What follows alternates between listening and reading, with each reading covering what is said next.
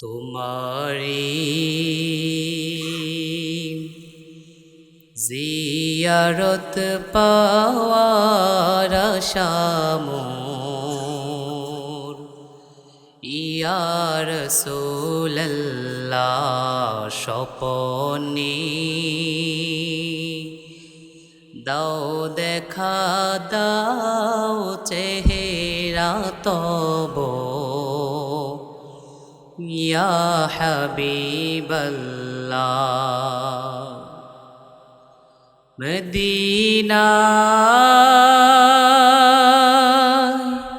যাইতে হৃদয় হয় যে অধীর,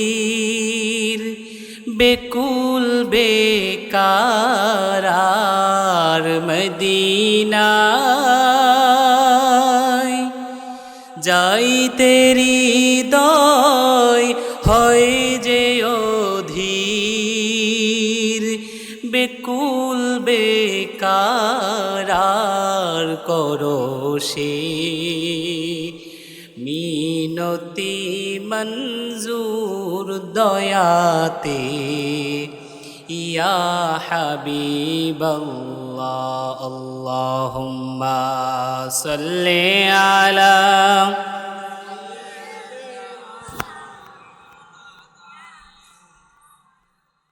ওয়া আলা আলি সাইয়্যিদিনা।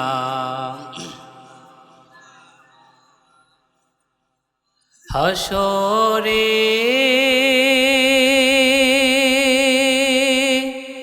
সব নবী উম্মত কাঁদিবে, নিজের লাগি। কথা বলেন ঠিক কিনা?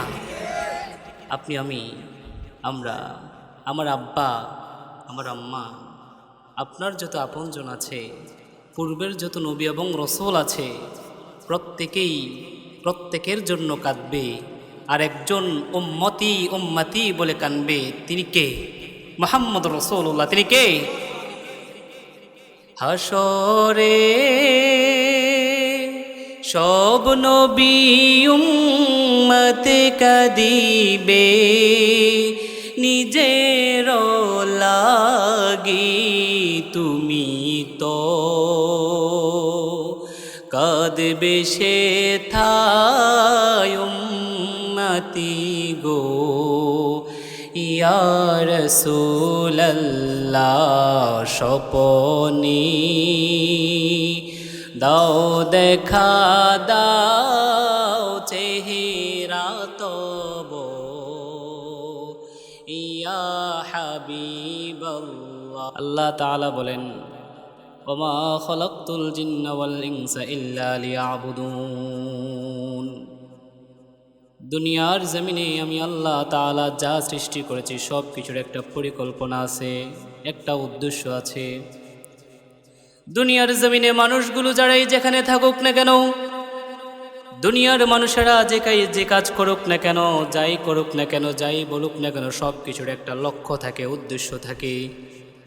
তবে এই দুনিয়ার সমস্ত মানুষগুলো তোমরা জেনে নাও, আমি আল্লাহ রব্বুল আলামিন তোমাদেরকে কেন সৃষ্টি করেছি, কেন আমি আল্লাহ রব্বুল আলামিন তোমাদেরকে কেন এই পৃথিবীতে প্রেরণ করেছি, তার একটা মহা পরিকল্পনা আছে। আর সেটা হলো ওমা খলাকতুল জিন্না ওয়াল ইনসা ইল্লা লিয়াবুদুন।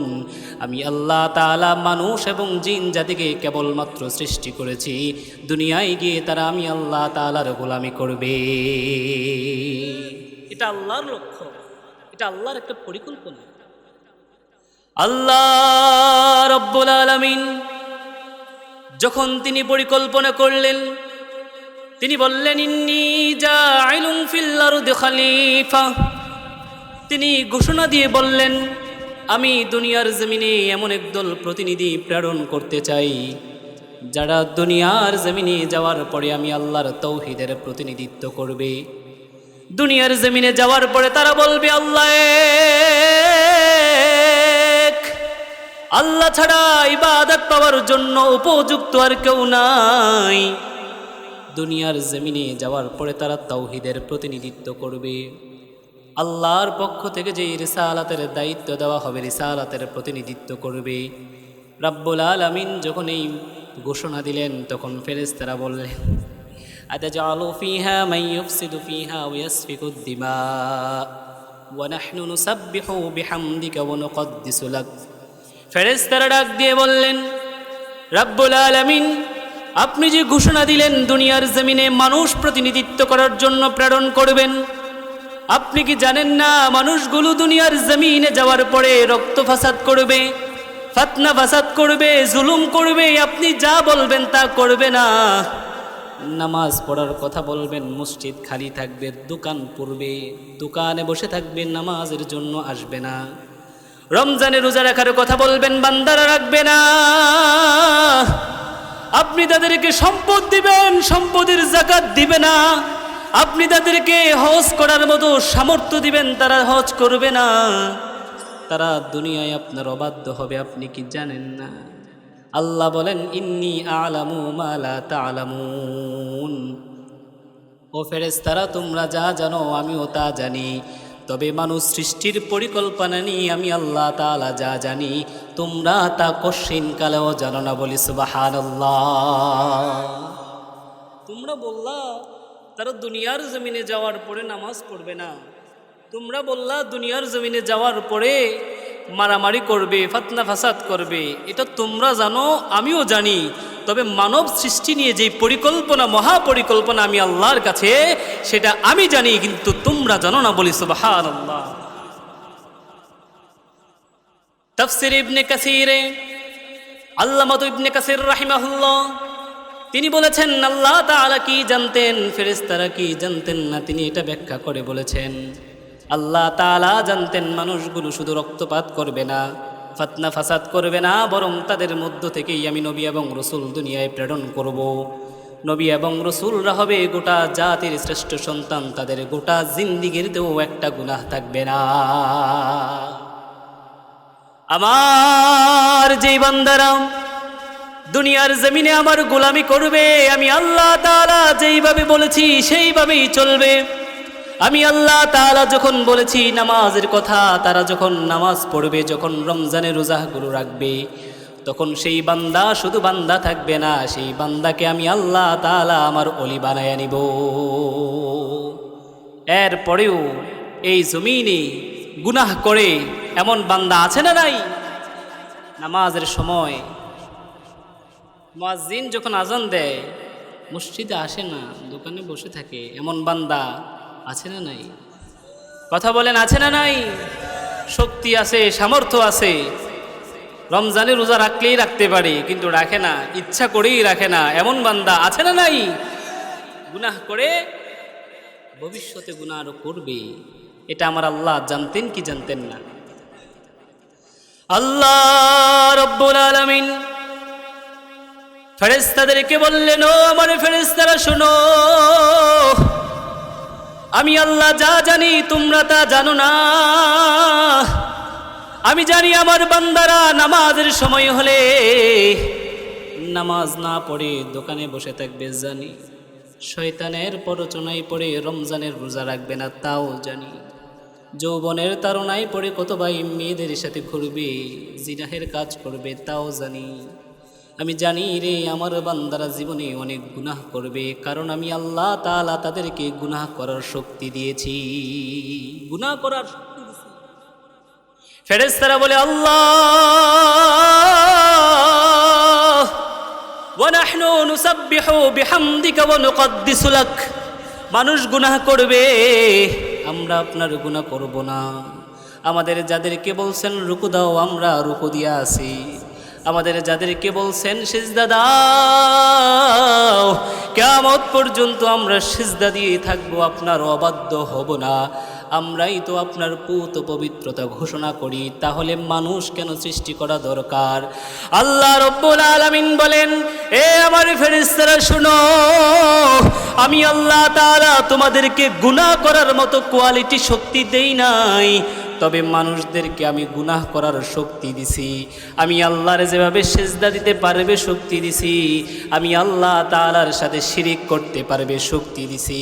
আমি আল্লাহ তাআলার রমজানে রোজা রাখার শক্তি দিয়েছি, চাইলে আমার বান্দা রোজা না রেখে খাইতে পারবে সেই শক্তিও দিয়েছি। যৌবনকালে আমি আল্লাহ তাআলার গোলামি করবে যেমন শক্তি আমি দিয়েছি, বান্দা চাইলে যৌবনকালে জিনাহ করতে পারবে সেই শক্তিও দিয়েছি। তবে তামাম গোটা জিন্দিগির হিসাব মিলানোর জন্য বান্দা যদি শিশুকালে ভুলে কাটায়া দেয়, যৌবনকালেও যদি ভুলে ভুলে গুনায় গুনায় যদি কাটায়া দেয়, বুড়াকালে বৃদ্ধকালেও যদি ভুলে ভুলে কাটায়া দেয়, আর গোটা জিন্দিগির গুনাহ নিয়ে যদি ক্লান্ত হয়ে যায়, এক সময় এসে যদি আমি আল্লাহ রব্বুল আলামিনের দরবারে এসে হাজিরা দেয় আর ক্লান্ত হয়ে যায়, 70 বছর জীবনের গুনাহ নিয়ে, 80 বছর জীবনের গুনাহ নিয়ে আমি আল্লাহ রব্বুল আলামিনের দরবারে এসে যদি বলে, আল্লাহ জীবনে অনেক গুনাহ করেছি, যৌবনে ভুল কাটাইছি, গোটা জিন্দিগি ভুলে ভুলে কাটায় দিছি আল্লাহ, এখন আর রাস্তা দেখি না, জীবনের শেষ মুহূর্তে এসে আপনার কাছে ক্ষমা চাই, মাপ চাই। আমার বান্দা যখন তওবার নিয়তে একটা ফোঁটা চোখের পানি ফালাইবে, আমি আল্লাহ আমার বান্দার শিশুকালের ভুল, যৌবনকালের ভুল, বৃদ্ধকালের ভুল, বরং গোটা জিন্দিগির গুনাহগুলোকে এক ফোঁটা চোখের পানির বিনিময়ে মাফ করে নিষ্পাপ বানায়া দিব। সুবহানাল্লাহ। ও ফেরেশতারা, এটা জানো না তোমরা? আমি জানি আমার বান্দারা গুনাহ করবে, আমি জানি তো, আমি জানি আমার বান্দারা শয়তানের প্ররোচনায় পড়ে। কারণ শয়তান বলছিল, আল্লাহ আপনার ইজ্জতের কসম যে আদমের জন্য আপনি আমার শয়তান বানিয়ে দিছেন, সেই আদমকে, সেই আদমের সন্তানকে জান্নাতে যাইতে দিব না, আটকে রাখুন। শয়তান যা বলছে আল্লাহ কোরআনে তা বলে দিচ্ছে। এখন আল্লাহ বলতেছে, আমি জানি আমার বান্দারা প্ররোচনায় পড়ে যাবে, কিন্তু আমি আমার বান্দাদের জন্য বলে দিলাম, ও নবী আপনি বলে দেন, قل يا عبادي الذي أسرفوا على أنفسهم لا تقنطوا من رحمة الله। ও আমার নবী, আপনি আমার বান্দাদেরকে জানায়া দেন, আপনি আমার বান্দাদেরকে বলে দেন, গোটা জিন্দিগির গুনাহ নিয়ে যদি ক্লান্ত হয়ে যাও, কোনোদিন আল্লাহর সাথে, কোনোদিন আল্লাহর কথা মতো চলো নাই, কিন্তু এখন গুনাহ করতে করতে তুমি ক্লান্ত হয়ে গেছো, লা তাকনাতু মির রাহমাতিল্লাহ,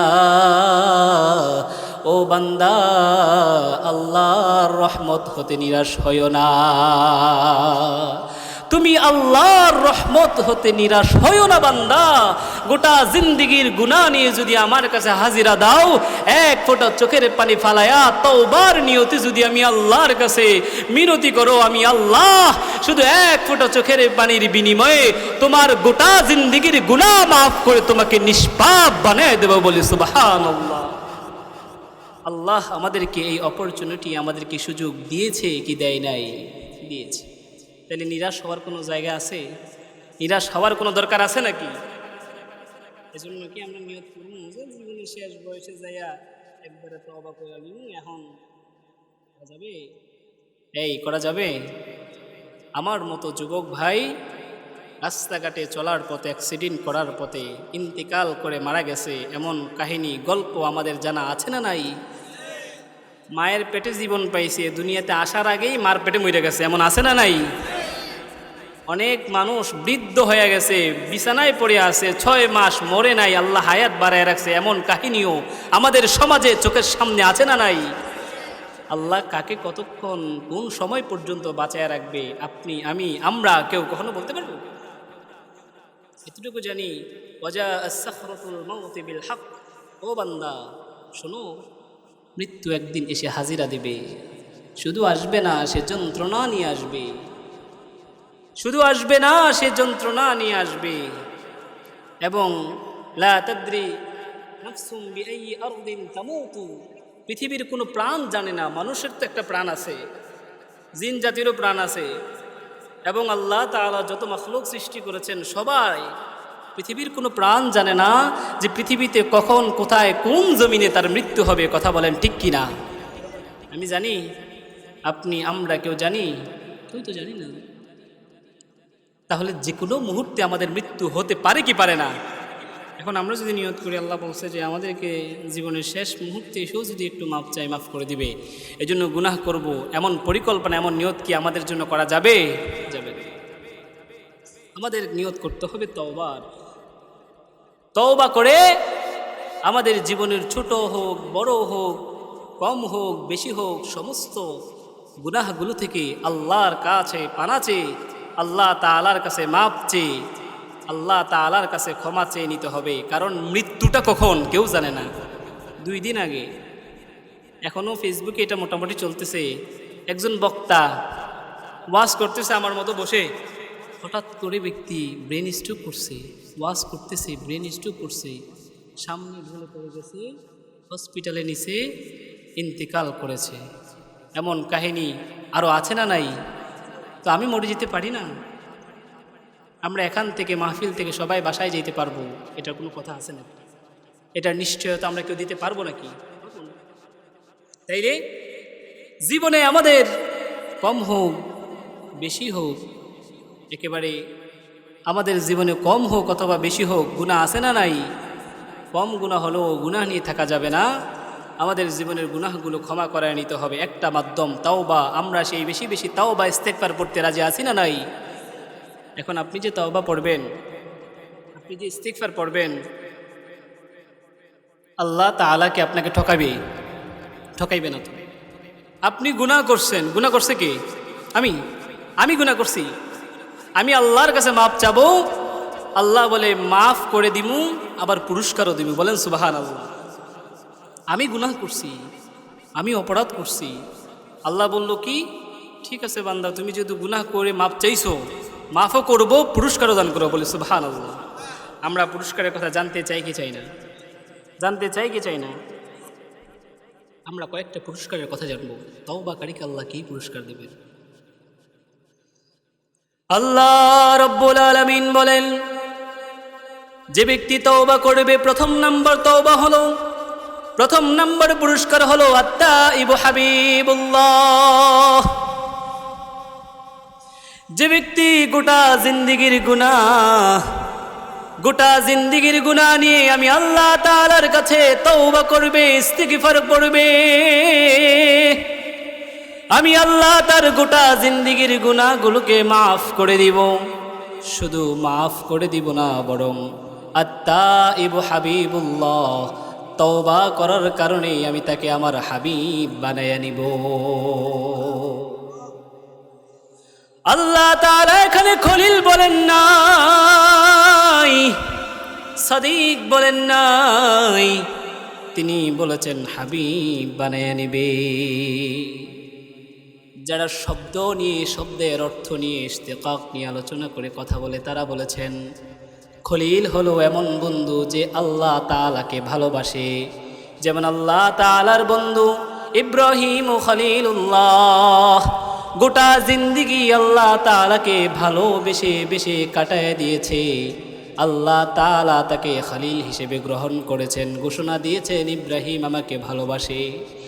আর হাবিব বানিয়েছেন আমাদের প্রিয় নবী মুহাম্মদুর রাসূলুল্লাহ হাবিবুল্লাহ। মুহাম্মদ হলো আল্লাহর হাবিব, হাবিব হলো এমন বন্ধু যাকে আল্লাহ তাআলা নিজে ভালোবাসেন। সুবহানাল্লাহ। আপনি তওবা করার কারণে আল্লাহ আপনার জীবনের গুনাহ মাফ করবে, এরপরে আপনাকে আল্লাহর হাবিব বানায়া নিবে, মানে আল্লাহ আপনাকে নিজেই ভালোবাসা শুরু করে দিবে। সুবহানাল্লাহ। আর জোরে বলে সুবহানাল্লাহ। এক নাম্বার হলো হাবিবুল্লাহ, 2 নাম্বার হলো আত্তাইবু মিনাল যামবি কামাল্লা যামবালাহ। আল্লাহ রাব্বুল আলামিন তওবাকারীকে এমন ভাবে ক্ষমা করে দিবেন, তওবাকারীকে এমন ভাবে মাফ করে দিবেন যেন তওবাকারীর গোটা জিন্দেগীর মধ্যে একটাও গুনাহ ছিল না। সুবহানাল্লাহ। আমাদের সমাজে অন্যায় করলে, অপরাধ করলে, মাপ চাইয়ে গেলেও সমাজের মানুষ বিচার করে ফেললেও তার মধ্যে একটা দাগ থাকে কি থাকে না? মানুষ তার দিকে বাঁকা নজরে তাকায় কি তাকায় না?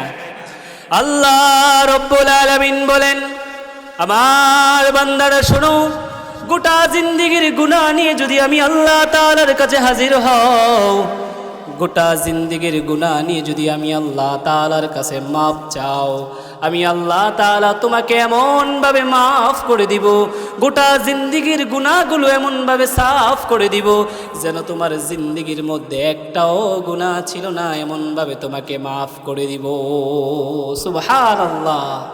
শুধুমাত্র ইস্তিগফার পড়ার কারণে বলি সুবহানাল্লাহ। ইস্তিগফার পড়লে এমনভাবে মাফ করবে যে মনে হয় যেন তার গোটা জিন্দেগিতে কোনো গুনাহই ছিল না। আল্লাহর হাবিব মুহাম্মদুর রাসূলুল্লাহ সাল্লাল্লাহু আলাইহি ওয়াসাল্লাম মজলিসে বসে আছেন। এমন সময় একজন ফেরেশতার আগমন হলো। আল্লাহর নবীর সামনে এসে বললেন, ইয়া রাসূলুল্লাহ, আমি জিনা করার মতো পাপ করেছি, অন্যায় করেছি। আল্লাহর কোরআনের বিধানে, শরীয়তের বিধানে যেভাবে শাস্তি দেওয়ার দিয়ে দেন। আল্লাহর হাবিব মুহাম্মদুর রাসূলুল্লাহ তার সামনে থেকে চেহারা ঘুরাইয়া ডান দিকে তাকাইলেন। ওই সাহাবী আবার ডান দিকে এসে বললেন, ইয়া রাসূলুল্লাহ, আমি জিনা করার মতো পাপ করেছি গো নবী আমার। শরীয়ত যেভাবে চাই, আল্লাহর বিধান যেভাবে চাই, আমাকে সেভাবেই শাস্তি দেন। আল্লাহর হাবিব ডান দিক থেকে মুখ ফিরাইয়া বাম দিকে নিয়ে আসছে, বলছে। ওই সাহাবী আবার বাম দিকে ঘুরে এসে বলে, ইয়া রাসূলুল্লাহ, আমি জিনা করার মতো পাপ করেছি, আমাকে শরীয়ত যেভাবে চাই শাস্তি দেন। আল্লাহর নবী মুহাম্মদুর রাসূলুল্লাহ বারবার মুখ ফিরে নিচ্ছেন। এজন্য ভাই, তুমি তো গুনাহ করছো, জিনা করছো আর পাপ করছো, কেউ তো জানে না। তুমি জানো আর আল্লাহ জানে, আমার কাছে বলার কি দরকার? যদি আল্লাহর কাছে গোপনে ক্ষমা চাও, মাপ চাও, আমার আল্লাহ তাআলা গোপনেই তোমার গুনাহগুলো মাফ করে দিবে। সুবহানাল্লাহ। আমার কাছে তুমি যে আসছো, শরীয়ত বিবাহিত জিনাকারীকে পাথর নিক্ষেপ করে করে হত্যা করার কথা বলেছে। তুমি আমার কাছে সাক্ষী ছাড়া আসছো, বলারই বা কি দরকার? কেউ যেহেতু জানে না, তুমি গোপনে আল্লাহর কাছে মাপ চাও। গোপনে গুনাহ করে যদি আল্লাহর কাছে মাপ চাও, আল্লাহ তোমার গোটা জিন্দেগির গুনাহ মাফ করে দিবে। সুবহানাল্লাহ। গুনাহ যত বড় হোক না কেন, আল্লাহর কাছে মাপ চাইলে আল্লাহ মাফ করবে কি করবে না? করে দিবে। কিন্তু আমরা গোপনে গুনাহ করি, সেটাকে আবার আমরা প্রকাশ্যে নিয়ে আসি। বন্ধুদের পাল্লায় পড়ে গুনাহ করছি ঠিক আছে, আবার মজা করে বন্ধুদের সাথে শেয়ার করে, বন্ধুদের সাথে এই গুনাহ নিয়ে আলোচনা করে। এমন বান্দা এই জমিনে আছে না নাই? গুনাহ করে আবার হাসি খুশি আরেকজনকে সাক্ষী। আল্লাহর প্রিয় নবী সাইয়েদনা মুহাম্মদুর রাসূলুল্লাহ সাল্লাল্লাহু আলাইহি ওয়াসাল্লাম বললেন, সাহাবীদেরকে ডেকে বললেন, পাগল নাকি? বিবাহিত হয়েছে, বিবাহিত অবস্থায় জিনাহ করছে মানে তাকে পাথর নিক্ষেপ করে হত্যা করা হবে। সে জানে আমি বারবার তার কথা এড়াইয়া যাই, তারপরও সে আমাকে শোনাইতে চায়, শাস্তি নিতে চায়। খোঁজ নিয়ে দেখো সে অসুস্থ নাকি, মাথায় সমস্যা আছে নাকি। সাহাবীরা খোঁজ নিয়ে দেখলেন একেবারে সুস্থ মানুষ, সবল জ্ঞানী। তিনি আল্লাহর হাবিবের দরবারে আগমন করেছেন। আল্লাহর হাবিব বললেন, সাক্ষী নিয়ে আসো। সে সাক্ষী নিয়ে আগমন করলেন। যেহেতু বারবার শরীয়তের বিধান অনুযায়ী শাস্তি চায়, হাবিব কিবরিয়ার আল্লাহর হাবিবের অনুমতিতে, আল্লাহর হাবিবের আদেশে তাকে পাথর নিক্ষেপ করে হদ কায়েম করা হয়। সাহাবীরা যখন তার গায়ের ভিতরে পাথর নিক্ষেপ করতেছিলেন, হঠাৎ করে মাথা ফেটে রক্ত ফিঙ্কি দিয়ে বের হয়। রক্তের ফোঁটা একজন সাহাবীর গায়ে গিয়ে লেগে যায়। ওই সাহাবী আফসোস করে বলে, হায় হায়, একজন জিনাহকারী, একজন অপরাধীর রক্ত আমার শরীরে লেগে গেছে। সেই ব্যক্তি একটু অনীহা করে, জিনাহকারী করে তাকে একটু ইগনোর করতে চেয়েছিলেন। আল্লাহর হাবিব সাথে সাথে সেই সাহাবীকে বললেন, ও আমার সাহাবী, যাকে যার উপরে হক কায়েম করা হয়েছে তাকে আর পাপী বলিও না, তাকে আর জিনাহকারী বলে অপবাদ দিও না। সে জিনাহ করার পরে এমনভাবে আল্লাহ তাআলা, সুবহানাল্লাহ, তওবা করার পরে কোনো গুনাহ থাকে না, তওবা করার পরে কোনো দাগ থাকে না। তওবা করলে আল্লাহ এমনভাবে মাফ করে দেন, মনে হয় যেন সদ্য বাচ্চা জন্মগ্রহণ করার পরে তার যেমন দাগ নাই, ভুল নাই, অন্যায় নাই, অপরাধ নাই, রব্বুল আলামিন একজন তওবাকারীকে এভাবেই পবিত্র করে দেয় বলে সুবহানাল্লাহ। এজন্য আমাদের জীবনে তওবা করার গুরুত্ব, প্রয়োজন আছে না নাই? আছে। কতটুকু আছে? কতটুকু আছে? জীবনে আমরা প্রতিদিন কয়বার আল্লাহর কাছে তওবা পড়ি, কতবার আমরা আল্লাহর কাছে ইস্তিগফার পড়ি। আল্লাহর হাবিব সাইয়েদনা মুহাম্মদুর রাসূলুল্লাহ সাল্লাল্লাহু আলাইহি ওয়াসাল্লাম বলেন, ইয়া আইয়ুহান নাস তুবু ইলাল্লাহ ফাইন্নী আতুবু ইলাইহি ফি কুল্লি ইয়াউমিন মিআতা মাররা। আল্লাহর নবী বলেন, ও আমার উম্মতেরা, ও মানুষেরা, আল্লাহর কাছে তওবা করো, কেননা আমি একজন রাসূল, আমি একজন পয়গম্বর, আমার জীবনে কোনো গুনাহ নাই, কোনো পাপ নাই, তারপরেও আমি আমার জীবনে প্রতিদিন আল্লাহ তাআলার কাছে একবার আর দুইবার নয়, বরং 100 বার ইস্তিগফার বলি সুবহানাল্লাহ। আল্লাহর হাবিবের মতো মানুষ, তার কি কোনো গুনাহ আছে? প্রিয় নবীর কি কোনো গুনাহ আছে? গুনাহ আছে এমন সন্দেহ করা যাবে নাকি? আল্লাহর হাবিবের জীবনে তিনি কোনো ভুল করেছেন এমন সন্দেহ করা যাবে নাকি? গুনাহ নাই, অপরাধ নাই, বরং প্রিয় নবীকে কেন্দ্র করে গোটা পৃথিবীর সৌন্দর্যকে আল্লাহ বর্ধন করলেন, সাজাইলেন, সৃষ্টিকে আল্লাহ তাআলা পরিপূর্ণ করলেন, রিসালাতের দায়িত্বগুলোকে পরিপূর্ণ করলেন। তিনি শুধু শ্রেষ্ঠ মানব নয়, বরং শ্রেষ্ঠ রসুল, শ্রেষ্ঠ নবী। সেই মহানবী বলতেছেন, উম্মতেরা, ও মানুষেরা শোনো, তোমরা বেশি বেশি আল্লাহর কাছে ইস্তিগফার পড়ো।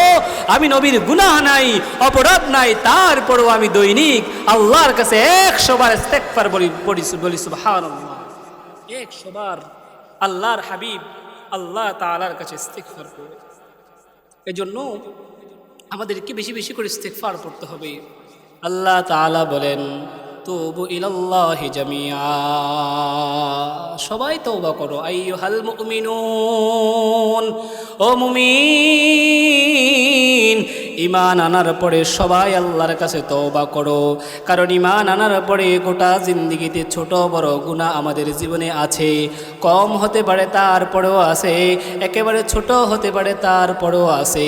আল্লাহ বলেন, ও মুমিনেরা, যদি আল্লাহ তাআলার কাছে তওবা করো, আইয়ুহাল মুমিনুন লাআল্লাকুম তুফলিহুন, ও মুমিন বান্দা, যদি আল্লাহ তাআলার কাছে তওবা করো, তাহলে অবশ্যই তোমরা সফল কামার জান্নাতি হয়ে যাইবা। সুবহানাল্লাহ। আমাদেরকে তওবা করতে হবে।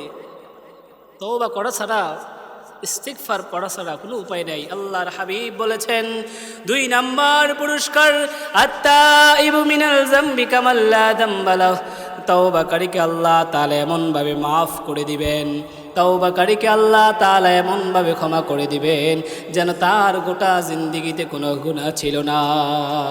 সুবহানাল্লাহ। এজন্য আমাদেরকে বেশি বেশি তওবা করতে হবে, বেশি বেশি তওবা করতে হবে, বেশি বেশি ইস্তিগফার পড়তে হবে। বেশি বেশি ইস্তিগফার পড়লে আল্লাহ তাআলা অনেক বেশি খুশি হয়ে যান বলি সুবহানাল্লাহ। আপনি আমি যদি একটা সুযোগ আসে যে ভাই, আপনি নিশ্চিত করে বলে দিচ্ছি, আপনি যদি এই কাজটা করেন, আপনাদের চেয়ারম্যান সাহেব আপনার উপরে অনেক খুশি হবে, এই কাজটা আমরা করব কি করব না? করব। যদি এমন জানেন যে আমাদের থানার এমপি সাহেব, আমাদের দেশের প্রধানমন্ত্রী, আমি যদি এই কাজটা করি তিনি সরাসরি আমার উপর খুশি হবেন, এমনটা যদি আমরা জানি, নিঃসন্দেহে এই কাজগুলো এদেশের জনগণ করবে কি করবে না? করবে। স্পষ্ট তো আল্লাহর হাবিব মুহাম্মদুর রাসূলুল্লাহ সাল্লাল্লাহু আলাইহি ওয়াসাল্লাম হাদিস কারীমের মধ্যে বলেছেন, আল্লাহু আশাদ্দু ফারহান বি তাওবাতি আবদিহি হিনা ইয়াতুবু ইলাইহি। আল্লাহ রব্বুল আলামিন বান্দার উপরে খুশি হয়ে যায় তার তওবার কারণে। কেমন খুশি হয়ে যায়? আল্লাহর হাবিব বলেন, মনে করো একজন সাহাবী, একজন মানুষ উত্তপ্ত মরুভূমি দিয়ে উট নিয়ে সে এক বিশাল জায়গায় সফরের মধ্যে বের হয়েছে। উটের মধ্যে তার যা পাথেয় আছে, খাবার দাবার, টাকা পয়সা সব উটের মধ্যে আছে। সেই ব্যক্তি উট নিয়ে এমন একটা জায়গায় গিয়েছে, সেই জায়গায় গিয়ে ক্লান্ত শ্রান্ত হয়ে সেই ব্যক্তি বিশ্রাম নেওয়া শুরু করলো। এমন অবস্থায় তার চোখে ঘুম লেগে আসে। ঘুম থেকে উঠে সেই ব্যক্তি উটটাকে হারায়া ফেলে। এমন একটা জায়গায় গিয়েছে সে হাজির, যেই জায়গা থেকে পিছনেও আসা যায় না, যেই জায়গা থেকে আবার নিজের গন্তব্যস্থলেও পৌঁছা যায় না। যদি সে উটটা না পায়, না খেয়ে সেই ব্যক্তি এখানে বসে থাকতে হবে, ইন্তেকাল করতে হবে, মৃত্যুবরণ করতে হবে। এমন এক বিপদের মধ্যে চিন্তা করতে করতে সেই সাহাবী, সেই ব্যক্তি ঘুমায়া যায়। হঠাৎ করে ঘুম থেকে জেগে দেখে তার পাথেও টাকা পয়সা খানা নিয়ে সেই উটটা আবার তার কাছে এসে হাজির হয়ে গেছে। সুবহানাল্লাহ।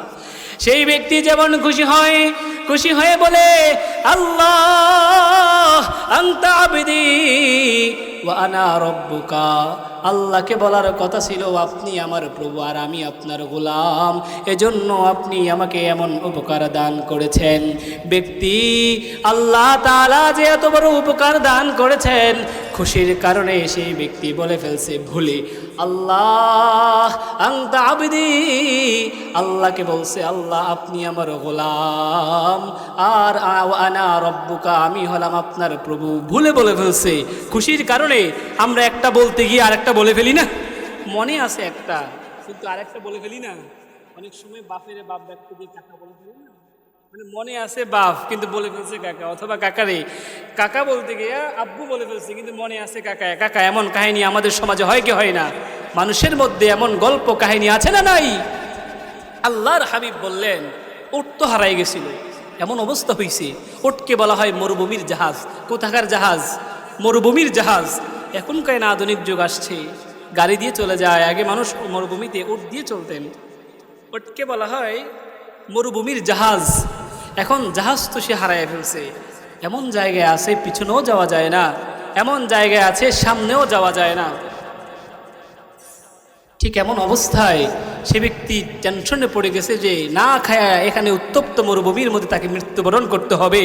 সেই ব্যক্তি হঠাৎ করে ঘুম থেকে উঠে যখন দেখছে না উট চলে আসছে, তার টাকা চলে আসছে, পয়সা চলে আসছে, একেবারে আপনার প্রশান্ত মহাসাগরে উত্তাপ ঢেউয়ের মধ্যে যখন তার বাঁচার কোনো উপায় নেই, একজন মানুষ পড়ে গেছে, এমন সময় একটা জাহাজ যদি তার কাছে দেখে বাঁচার রাস্তা যদি খুঁজে পায়, সেই ব্যক্তি যেমন খুশি হয়, আল্লাহ তাআলা বলেন, আমার বান্দা আল্লাহর হাবিব বলেন, আমার উম্মত তওবা করলে আমার আল্লাহ তার থেকেও বেশি খুশি হয়ে যায়। বলে সুবহানাল্লাহ, এর চেয়ে বেশি খুশি হয়ে যায়।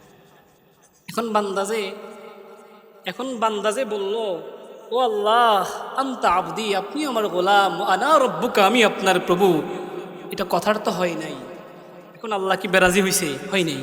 কারণ আল্লাহর হাবিব বলেছেন, ইন্নাল্লাহ লা ইয়ানজুরু ইলা সুওয়ারিকুম, ও উম্মতেরা, আমার আল্লাহ তোমাদের চেহারার দিকে তাকায় না, কে কালো কে সাদা, কে বড় লোক কে ছোট লোক, কে বড় কে ছোট, কে কোন বংশের সেটা তাকায় না, কে সাদা কে কালো তাকায় না, বরং আল্লাহ ইয়ানজুরু ইলা কুলুবিকুম, রব্বুল আলামিন তোমাদের অন্তরের দিকে তাকায়।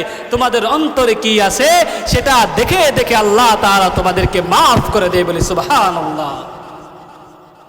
বান্দার মনে এটাই ছিল যে আল্লাহ আপনি আমার প্রভু, বা না আবদুকা, আমি আপনার গোলাম।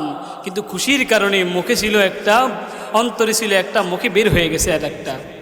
এজন্য আল্লাহর হাবিব বলেছেন, আল্লাহ লা ইয়ানজুরু ইলা সুওয়ারিকুম, আল্লাহ তোমাদের চেহারার দিকে তাকায় না, তোমাদের আকৃতির দিকে তাকায় না, বাল ইয়ানজুরু ইলা কুলুবিকুম, আল্লাহ তোমাদের অন্তরের দিকে তাকায়। অন্তরে যদি তওবা থাকে, অন্তরে যদি আল্লাহ তাআলার কাছে ক্ষমা প্রার্থনার জায়গা তৈরি করে নিতে পারো, অন্তরেই অন্তরে আল্লাহ তোমার জীবনের গুনাহ মাফ করে দিব। সুবহানাল্লাহ।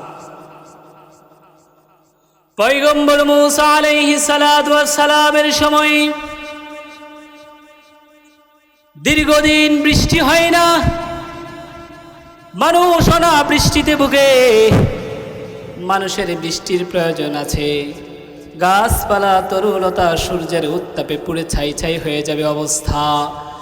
উম্মতগুলো পয়গম্বর মূসা নবীকে বলে, ও মূসা, আপনি চলেন আল্লাহ তাআলার কাছে, আমরা সবাই মিলে ফরিয়াদ করি, রব্বুল আলামিন যেন আমাদেরকে বৃষ্টি দেয়, রব্বুল আলামিন যেন আমাদের জন্য বৃষ্টি দেয়, ফসল হবে, ফলাদি হবে, আমরা নিজেরাও স্বস্তি পাবো, আল্লাহ তাআলা যেন বৃষ্টি দেয়। চলেন আল্লাহর কাছে দোয়া করে সালাতুল ইস্তিসকা পড়ে।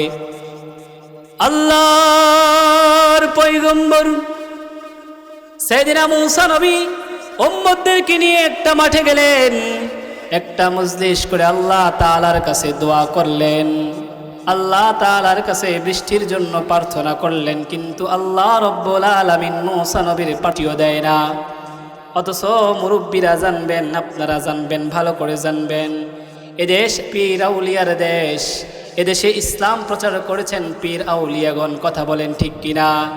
এদেশের মানুষগুলো, এলাকার মানুষগুলো যখন বৃষ্টির কারণে অভাবে একেবারে কাতর হয়ে যাইতেন, রাস্তা যখন খুঁজে পাইতেন না, পীরদের কাছে গেলে, আল্লাহর ওলিদের কাছে গেলে তারা সহ যখন মাঠের মধ্যে এসে বৃষ্টির জন্য হাত তুলতেন, বলেন তো দেখি, মুনাজাত থাকা অবস্থায় আল্লাহ বৃষ্টি দিয়েছে এমন কাহিনী আপনাদের জানা আছে না নাই? আছে?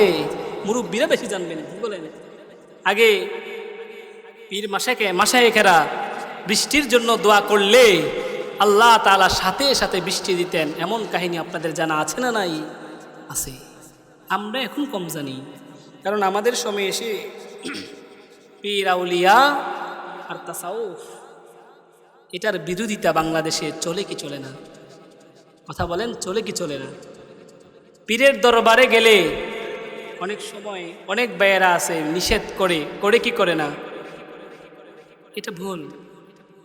ছোট্ট করে মাঝখান দিয়ে একটু কথা বলে নিই। দেখেন, আমি মক্তবে আমার আশা লাগবে না? ছোটকালে আমাকে মক্তবে যাওয়া লাগে নাই? আমার যারা বাচ্চা হবে তারা মক্তবে যাওয়া লাগে না? মক্তবে গেলে কি শিখায়? নামাজ কেমনি পড়বা সেটা শিখায় কি শিখায় না? জানাজা দিবা কিভাবে, দোয়া শিখায় কি শিখায় না? মক্তবে যা শিখায় একজন পীরের দরবারে গেলেও তা শিখায় কি শিখায় না? বলেন। পীর যদি বলে নামাজ এভাবে পড়বা, পীর যদি বলে রোজা এভাবে রাখবা, পীর যদি বলে এভাবে পর্দা করবা, পীর যদি কোনো শিরকের দিকে নিয়ে না যায়, পীর যদি শুধুমাত্র তাওহীদের কথা, রিসালাতের কথা বলে, শিক্ষক হিসেবে একজন পীর ধরার প্রয়োজন আছে না নাই? আমাদের সময় না মক্তব অ্যাভেলেবেল হয়ে গেছে, মানে খুব সচরাচর হয়ে গেছে।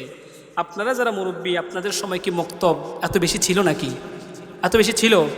প্রত্যেক ঘরে ঘরে, আমাদের প্রত্যেক সমাজে সমাজে হুজুরেরা সকালবেলা মক্তবে পড়ায় কি পড়ায় না? পড়ায়। কিন্তু আমাদের বাপ দাদার সময় কি একেবারে প্রত্যেক মহল্লায় মহল্লায় পড়ানোর মতো হুজুর ছিল না তো। তখন তারা মাসে একবার, সপ্তাহে একবার যখন পীরের দরবারে যাইতো, ওই যে বানিয়াপাড়া মাসিক দরবারে গেলে আপনাদেরকে সূরা, কালাম, নামাজ কেমনে পড়বেন এটা শিখায় কি শিখায় না? তাহলে আমি একজন শিক্ষক হিসেবে তার কাছে যাব, তিনি যদি আমাকে শিরকের দিকে নিয়ে না যান, তিনি যদি আমাকে মুশরিক বানায় না ফেলেন, তাহলে সেই পীরের দরবারে যাওয়া যাবে। বিরোধিতা করার দরকার নাই। আমি মাদ্রাসায় যেভাবে পড়া শেখার জন্য যাই, মক্তবে যেভাবে পড়া শেখার জন্য যাই, আমাকে যদি কোনো পীর আমাকে ইসলাম শেখায়, ধর্ম শেখায়, নামাজ শেখায়, আমাকে যদি পর্দা শেখায়, আমাকে যদি যাকাত শেখায়, হজ শেখায়, তাহলে সেই পীরের দরবারে গিয়ে তার সোহবতে থেকে ইসলামের প্রত্যেকটা বিধান শেখা প্রয়োজন আমাদের আছে না নাই? আছে। এখন আমাদের পীরেরা দোয়া করছে এমন কাহিনী আপনারা বললেন না, যে দোয়া করার সাথে সাথে বৃষ্টি হয়েছে, এমন কাহিনী বললেন না এখন? তো মূসা নবী তিনি একজন পয়গম্বর, একজন অলির থেকে হাজার লক্ষ কোটি গুণে মর্যাদা একজন নবীর, কথা বলেন ঠিক কিনা? একজন বীর যদি দোয়া করার সাথে সাথে বৃষ্টি হতে পারে, তো মূসা নবীর মতো একজন আল্লাহর বড় পয়গম্বর নবী রাসূল, তিনি দোয়া করার সাথে সাথে বৃষ্টি হওয়ার কথা ছিল কি ছিল না? কিন্তু বৃষ্টি তো হয় না। মূসা নবী সবাইকে নিয়ে দোয়া করলেন, বৃষ্টি হয় না। আল্লাহর পয়গম্বর সাইয়েদনা মূসা নবী এবার আল্লাহ তাআলার কাছে বললেন, রব্বুল আলামিন, আমি আমার উম্মতদেরকে নিয়ে এখানে সমবেত হলাম, হাজির হলাম। আপনি সব যদি এখানে বৃষ্টি না দেন তাহলে আমি লজ্জায় পড়ে যাব। কেন বৃষ্টি দেন না আল্লাহ? আল্লাহ রব্বুল আলামিন জানিয়ে দিলেন, হে আমার নবী, হে পয়গম্বর মূসা, তোমার এই মজলিসের মধ্যে এমন একজন পাপী আছে যে কোনোদিন আমি আল্লাহরে আল্লাহ বলে ডাক দেয় নাই। আমি আল্লাহ তাআলার সাথে নাফরমানি করেছে, আমি আল্লাহ তার উপরে রাগান্বিত অবস্থায় আছি। আমি আল্লাহ তাআলা তার কারণে তোমাদেরকে বৃষ্টি দেই না। কথায় আছে না, এত পাপ করে দোষে কইরা মরে আছে না নাই? বলেন তো দেখি, আমরা যদি এই মজলিসের কথা চিন্তা করেন, আমাদের এই মজলিসে যদি একটা ঘোষণা দিত সাহেব হুজুর এসে, যে এই মজলিসে এমন একজন বান্দা আছে যে জীবনে আল্লাহকে আল্লাহ বলে ডাক দেয় নাই, সে এই ব্যক্তি অমুক ব্যক্তি এই গুনাহ করছে, পাপ, সে এই মজলিস থেকে চলে যান। বলেন তো দেখি, আমি হুজুরের মধ্যে যদি সেই পাপ থাকতো, আমি এই মজলিস থেকে চলে যাইতে একটু লজ্জা পেতাম না? আপনাদের মধ্যে জানে না কেউ গুনাহ, কিন্তু আপনি যদি এখান থেকে চলে যান তো সবাই জানবে না যে আপনি গুনাহ করছেন? এটা একটা লজ্জা না? এটা তো লজ্জা। আল্লাহর পয়গম্বর সাইয়েদনা মূসা নবী যখন এই ঘোষণা দিলেন, মজলিসের পাপী যারা ছিল, যেই ব্যক্তি এই গুনাহগুলো করেছে, সে লজ্জায় পড়ে গেছে। মনে মনে বলতেছে, আল্লাহ, এতদিন গুনাহ করছি, পাপ করছি, কেউ জানে না।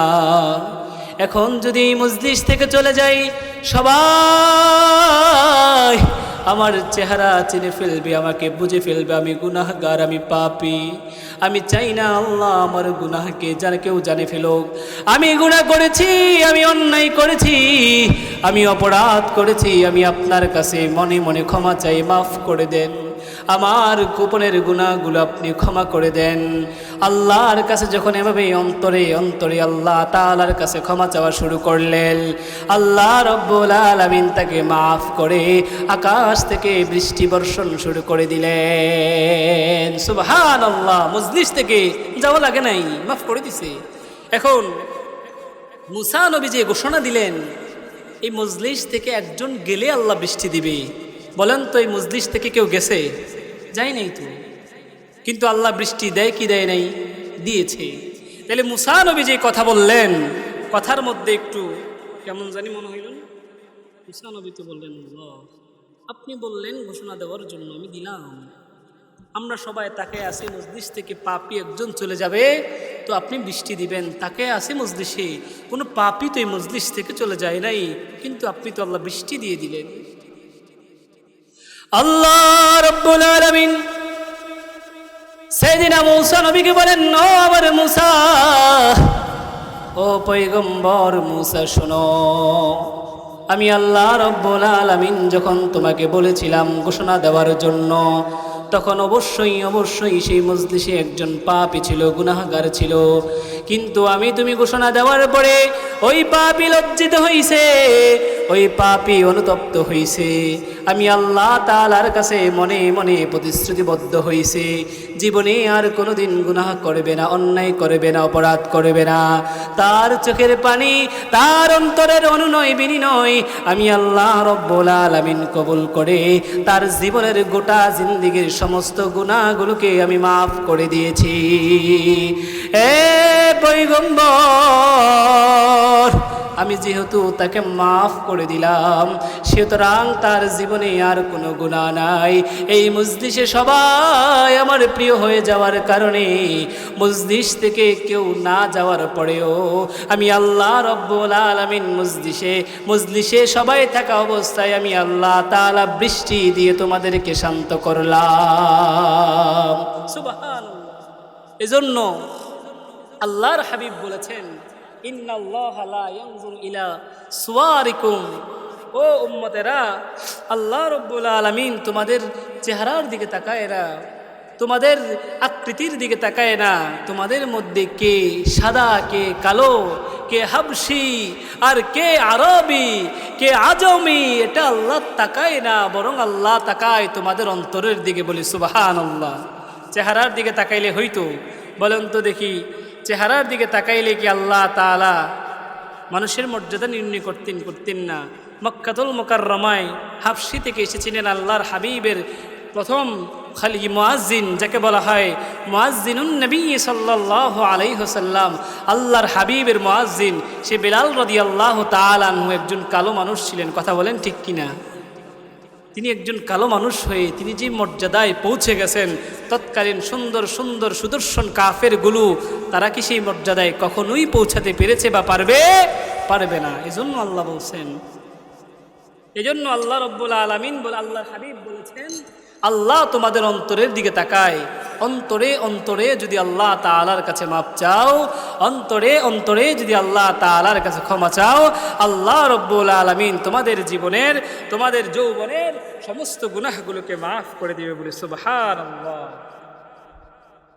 এখন আল্লাহ তাআলা 2 নাম্বার বলেছিলেন আল্লাহর হাবিব, আত্তাইবু মিনাল যামবি কামাল্লা যামবালাহু, যেই ব্যক্তি তওবা করবে, যেই ব্যক্তি ইস্তিগফার পড়বে, আল্লাহ তাআলা তার জীবনের গুনাহগুলোকে এমনভাবে মাফ করে দিবেন যেন ওই বান্দার জীবনে আর কোনো গুনাহই ছিল না। বলে সুবহানাল্লাহ। এজন্য আমাদের জীবনে, আমাদের গোটা জিন্দেগিতে তওবা করার প্রয়োজন আছে না নাই?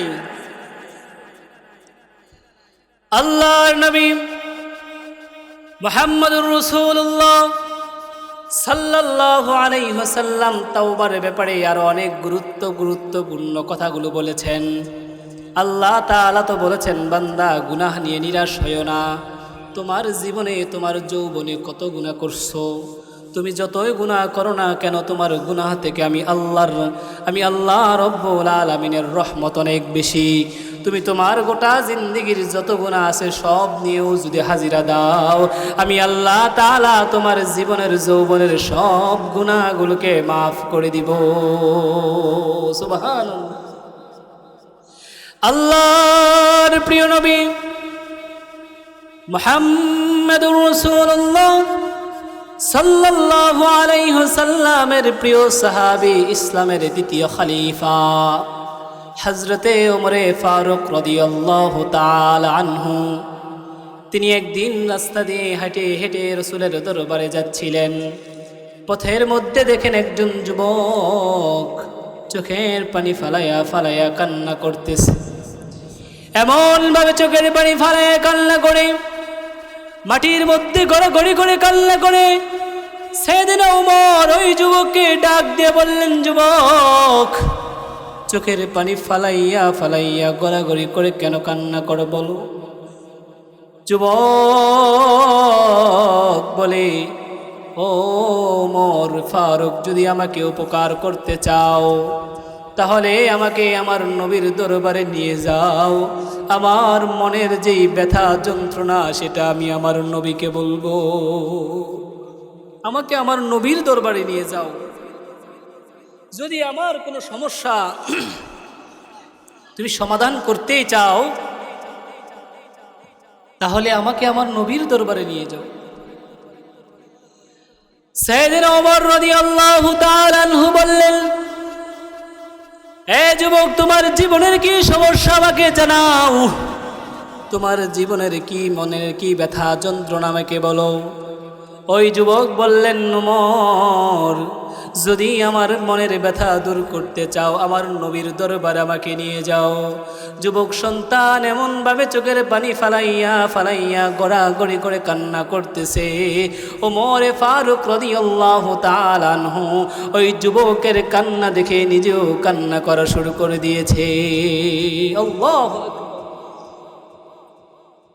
ওমরে ফারুক রাদিয়াল্লাহু তাআলা আনহু চোখের পানি ফালাইয়া কান্না করতে করতে আল্লাহর নবীর দরবারে এসে হাজির। আল্লাহর নবী ওমরকে দেখে বলে, মা ইউবকিকা ইয়া ওমর, ওমর রে, তোমাকে কে কান্না করাইলো? কেন তুমি চোখের পানি ফালাইয়া কান্না করো? ওমরে ফারুক রাদিয়াল্লাহু তাআলা আনহু বলেন, নবীজি, পথের মধ্যে দেখলাম একজন যুবক এমনভাবে চোখের পানি ফালাইয়া ফালাইয়া কান্না করে, গড়াগড়ি করে কান্না করে।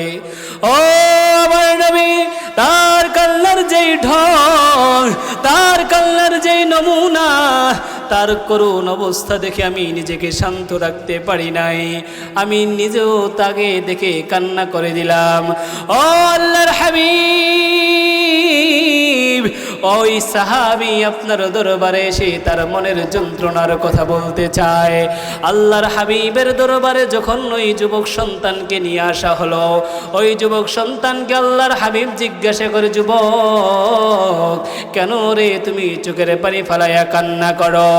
ওই যুবক ডাক দিয়ে বলে, ইয়া রাসূলুল্লাহ, জীবনে আমি অনেক বড় অন্যায় করেছি, অনেক বড় অপরাধ করেছি গো আল্লাহর হাবিব। এমন বড় অপরাধ করেছি, এমন বড় অন্যায় করেছি, আমি জানি না আল্লাহ তাআলা আমার গুনাহ ক্ষমা করবে কিনা। আল্লাহর হাবিব ডাক দিয়ে বলে, যুবক, তুমি কি এমন গুনাহ করেছো যে তোমার গুনাহটা আল্লাহ তাআলার আরশের চাইতে বড় হবে নাকি?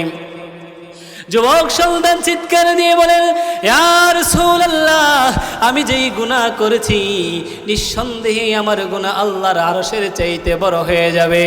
আল্লাহর কুরসির চাইতেও তোমার গুনাহ বেশি নাকি?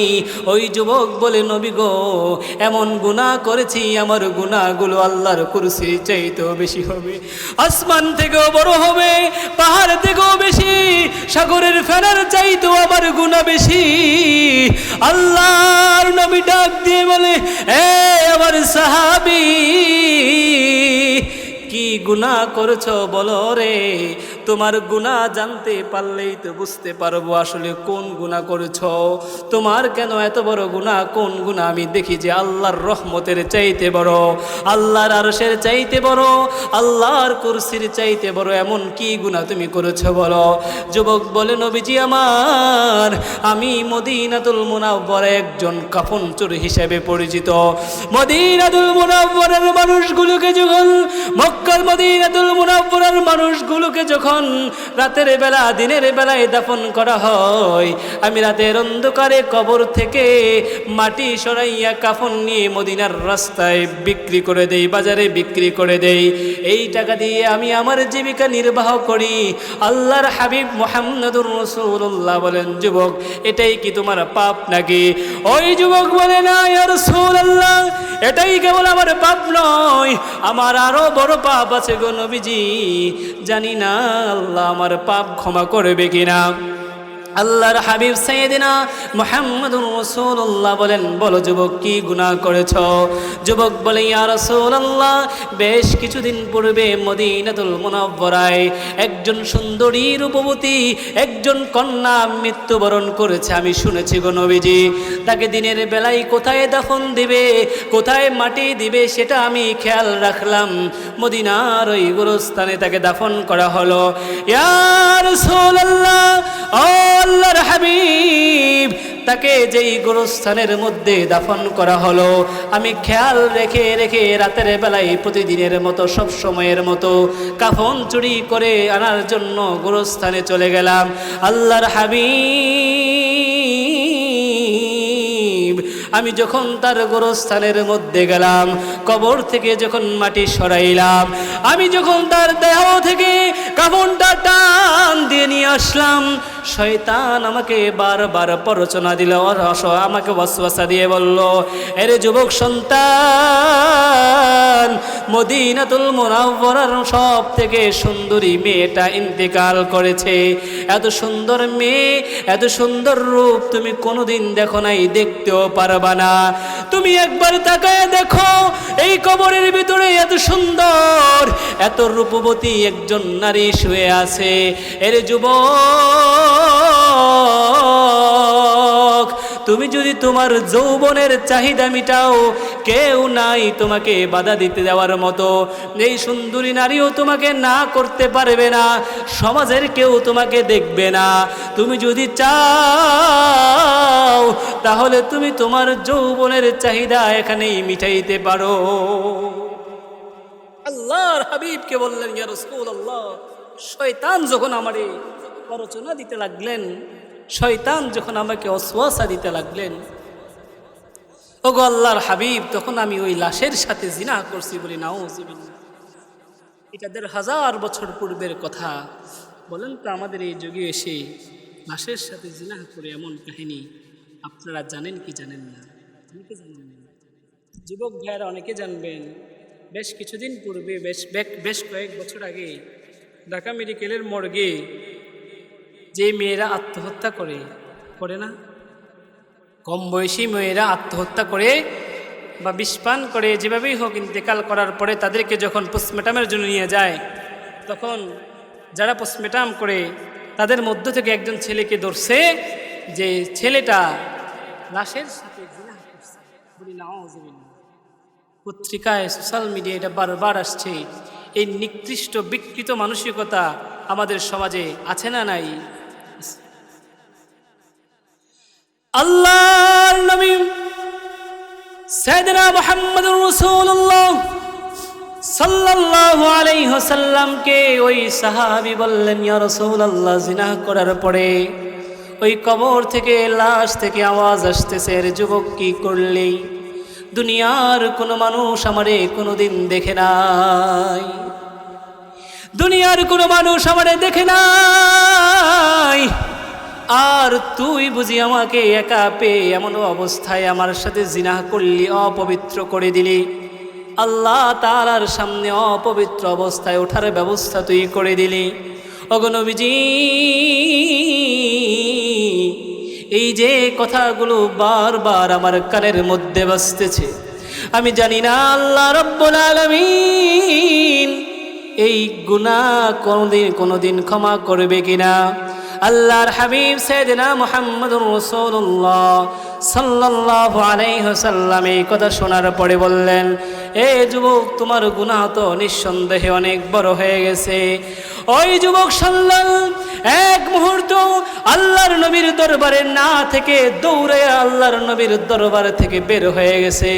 মদিনাতুল মুনাওয়ারার সব থেকে বড় পাহাড়ের উপরে উঠে বলতে লাগলেন, আল্লাহ, আমি আপনার কাছাকাছি হওয়ার জন্য মদিনাতুল মুনাওয়ারার সব থেকে বড় পাহাড়ের উপরে উঠে আসলাম। ওগো আল্লাহর হাবিব, ওগো আল্লাহ, আপনি ছাড়া কেউ নাই, আপনি আমার জীবনের গুনাহগুলোকে মাফ করে দেন। আমি গুনাহ করছি, আর জিন্দেগিতে গুনাহ করব না। আপনি আমার জীবনের সমস্ত গুনাহগুলোকে মাফ করে দেন। এভাবে কান্না করতে করতে করতে একদিন আর দুদিন নয়, বরং 40 দিন পরে আল্লাহ তাআলা জিব্রাইলকে আমার নবীর কাছে পাঠাইলেন। জিব্রাইল এসে বলে, ইয়া রাসূলুল্লাহ, ওগো আল্লাহর হাবিব, বলেন তো দেখি, এই পৃথিবীর মধ্যে মানুষ সৃষ্টি করেছে কে? আল্লাহর হাবিব বললেন, জিব্রাইল, তুমিও জানো, আমিও জানি, এই পৃথিবীর মধ্যে মানুষ সৃষ্টি করছেন একজন, তিনি কে? আরো জোরে বলেন, তিনি কে? আল্লাহর হাবিব সাইয়েদনা মুহাম্মদুর রাসূলুল্লাহ সাল্লাল্লাহু আলাইহি ওয়াসাল্লামকে এবারে জিগায়, ও নবীজি, মানুষগুলো যখন পাপ করে, মানুষগুলো যখন অন্যায় করে, মানুষগুলো যখন অপরাধ করে, বলেন তো নবীজি, বলেন তো নবীজি, বলেন তো নবীজি, সেই মানুষগুলোকে ক্ষমা করে দেয় কে? আল্লাহর নবী সাইয়েদনা মুহাম্মদুর রাসূলুল্লাহ সাল্লাল্লাহু আলাইহি ওয়াসাল্লামকে এবার জিব্রাইল বলে, নবীজি, যদি আল্লাহ তাআলা ক্ষমা করে থাকে, তাহলে একদিন আর দুদিন নয়, বরং 40 দিন পূর্বে আপনার দরবারে একজন যুবক এসেছিল এমন পাপ নিয়ে। নবীজি, আপনি তাকে কোনো রাস্তা না বলে বলেছিলেন তার জীবনের গুনাহ অনেক বেশি, সেই ব্যক্তি চলে গেছে। নবীজি, ওই ব্যক্তি আল্লাহ তাআলার কাছে এমনভাবে তওবা করেছে, এমনভাবে আল্লাহ তাআলার কাছে ক্ষমা চেয়েছে, আল্লাহ রব্বুল আলামিন তার জীবনের তামাম গুনাহগুলোকে মাফ করে দিয়েছে। আর না কিছু চাই গো আমি, আর না কিছু চাই গো আমি,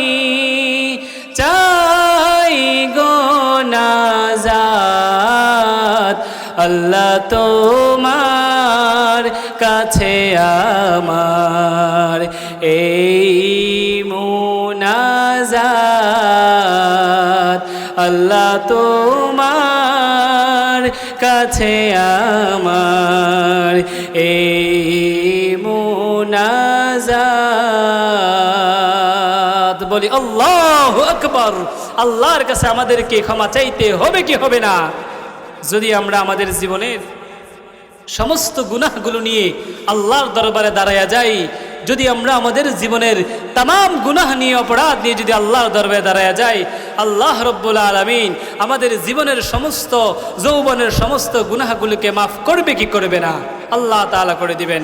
এজন্য আল্লাহ তাআলা বলেন, ক্বাল ইয়া ইবাদিয়াল্লাযী আসরাফু আলা আনফুসিহিম লা তাকনাতু মির রাহমাতিল্লাহ। এ আমার বান্দারা, জীবনের গোটা যৌবনের গোটা জিন্দেগীর সমস্ত গুনাহ নিয়েও যদি ক্লান্ত হয়ে যাও, লা তাকনাতু মির রাহমাতিল্লাহ, আমি আল্লাহ তাআলার রহমত হতে নিরাশ হয়ো না। তুমি যদি তোমার জীবনের যৌবনের সব গুনাহ নিয়েও যদি আমি আল্লাহর দরবারে হাজিরা দাও, চোখের পানি ফালাইয়া কান্না করো, আমি আল্লাহ তাআলা তোমার জীবনের যৌবনের সব গুনাহগুলোকে মাফ করে দিবে। বলি আল্লাহু আকবার।